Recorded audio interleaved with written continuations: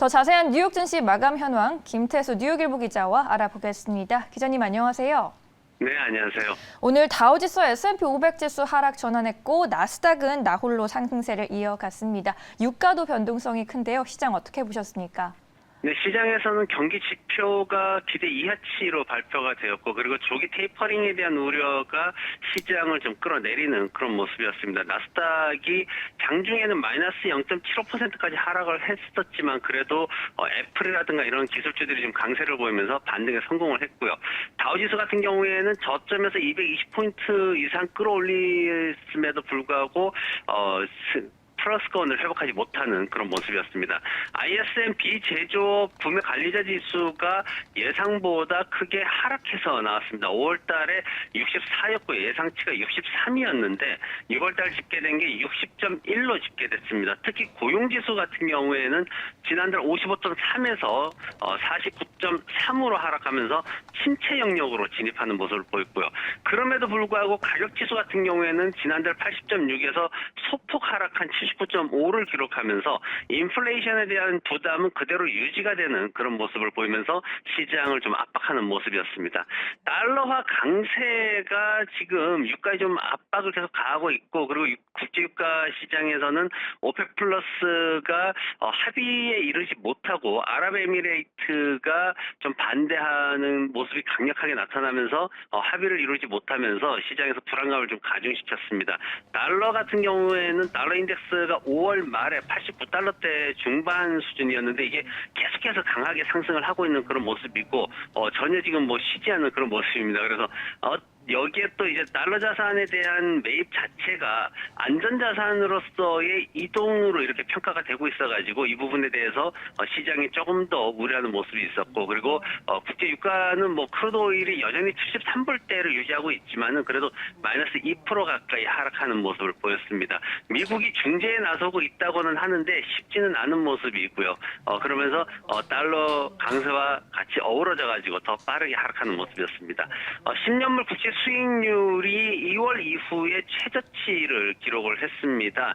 1.37%까지 하락을 했는데 지금 오늘 이제 그 공급 관리자 협회에서 발표한 구매 관리자 지수, 비제조업 부문의 구매 관리자 지수가 좀 예상보다 이제 좀 하락하는 모습을 보이자 시장에서는 이런 어떤 우려들이 연준의 조기 테이퍼링, 그러니까 공격적인 대응을 좀 앞당길 수 있다, 이렇게 또 예상을 하게 됐고, 그러면서 국채 매수가 급증했습니다. 그러다 보니까 이제 가격이 따라 올라갔겠죠. 그러면서 수익률은 급락하는 그런 모습을 보였습니다.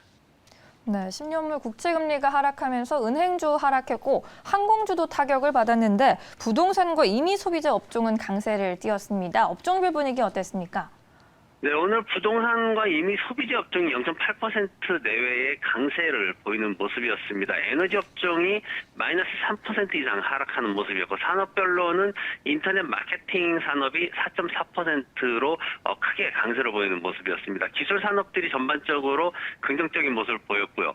에너지 장비 산업은 마이너스 5.3%나 급락을 했고, 자동차나 은행 산업들도 마이너스 2% 중반대까지 하락하는 모습을 보였습니다. 시장에서 오늘 이슈가 됐던 거는 디디 글로벌 주가가 급락했다라는 그런 이슈가 있었습니다. 뭐냐면은 시장에서 이제 중국 규제 당국이 중국의 사이버 우주국이죠. 사이버 스페이스 어드미니스트레이션이라고 해서 이제 사이버 우주국에서 디디 자동차에 대해서 어떤 데이터 처리 관행에 대한 조사를 시작했다. 그러면서 오늘 마이너스 19%나 이제 급락하는 모습을 보였는데, 이 상황에 대해서 시장에서는 이제 예전에 알리바바에 대해서 중국 정부가 사상조사 차원에서 굉장히 긴 조사를 진행을 했었습니다. 그러면서 이제 알리바바가 아마존닷컴과 비교했을 때 그 같은 기간 동안에 한 상승 폭이 4배 이상 차이가 나는 그런 모습을 보이기도 했는데, 그러다 보니까 이제 디디와 관련해가지고 또 디디 같은 경우에는 최근에 이제 한 일주일밖에는 이제 안 된 종목입니다. 상장된 지 일주일밖에 안 됐는데도 중국 정부가 이렇게까지 강하게 나온 것에 대해서는 뭔가 또 다른 조치들이 있지 않을까 하는 불안감이 확산이 됐던 거고, 폴 트럭 얼라이언스라든가 아니면 지후 같은 미국에 상장된 중국 기업들도 각각 마이너스 6%나 마이너스 15%까지 급락하는 모습을 보이면서 중국 정부의 어떤 대대적인 규제와 조사 이런 것들에 대해서 중국 기업들 기업들이 큰 타격을 받지 않을까 하는 우려가 좀 확산이 되는 모습이었습니다. 애플이 오늘 굉장히 좋게 또 상승을 했습니다. 1.4%나 상승하면서 142달러 기록했는데 지난주에 140달러 살짝 찍고 내려와가지고 좀 아쉽다라는 말씀을 드렸는데 오늘 강하게 상승을 보였습니다. JP모건에서는 170달러까지 목표가를 상향시키는 모습이었고요. 아이폰 13 가을 출시에 대한 기대감으로 빠르게 상승하는 모습이었습니다. 오늘 시장에서 국방부가 마이크로소프트와 얼마 전에 계약했던 100억 달러짜리 계약을 취소했다는 소식이 있었습니다. 그때 마이크로소프트하고 아마존닷컴하고 굉장히 그 경쟁 관계에 있었는데 국방부가 이제 마이크로소프트 손을 들어줬던 거죠. 그러면서 그게 이제 취소되니까 오늘 아마존닷컴이 4.6%나 급등을 했는데 오늘은 또 새로운 경영자가 첫 업무를 보는 하루였기 때문에 굉장히 또 기대감이 형성이 됐었습니다. 네, 이제 내일 아침이면 기다리던 FOMC 회의록 결과도 알 수 있을 텐데요. 더 주목해 볼 만한 이슈들 어떤 것들이 있을까요?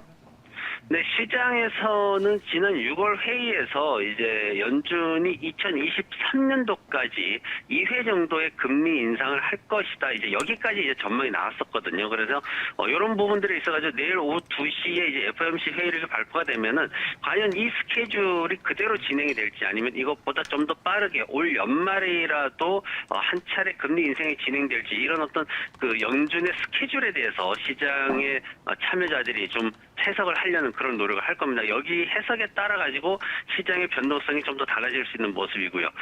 시장에서는 실적 시즌에 대한 기대감을 그대로 유지하는 모습을 보였습니다. 오늘 오후장 들어가지고 반등을 시작한 것도 이런 것들이 이제 배경이 됐던 건데 팩트셋에 따르면은 2분기 S&P 500 소속 기업들의 수익이 전년 대비해 가지고 63.6%나 증가할 것으로 그렇게 발표가 됐습니다. 이 수준이 이제 금융위기 직후인 2009년도 4분기 이후에 가장 높은 수익 성장률을 기록을 할 것으로 예상이 되고 있어가지고 실적 시즌에 대한 기대감은 그대로 좀 유지가 되고 있다라는 것도 긍정적인 소식이고요.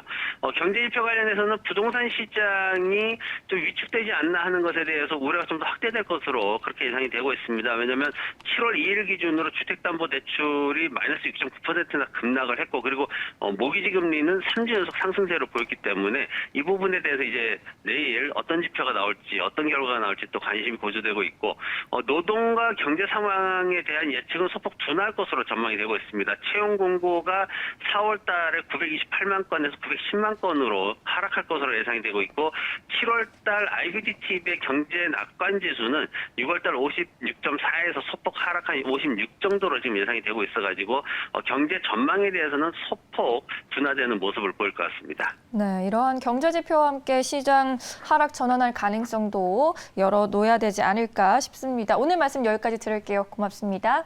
네, 고맙습니다.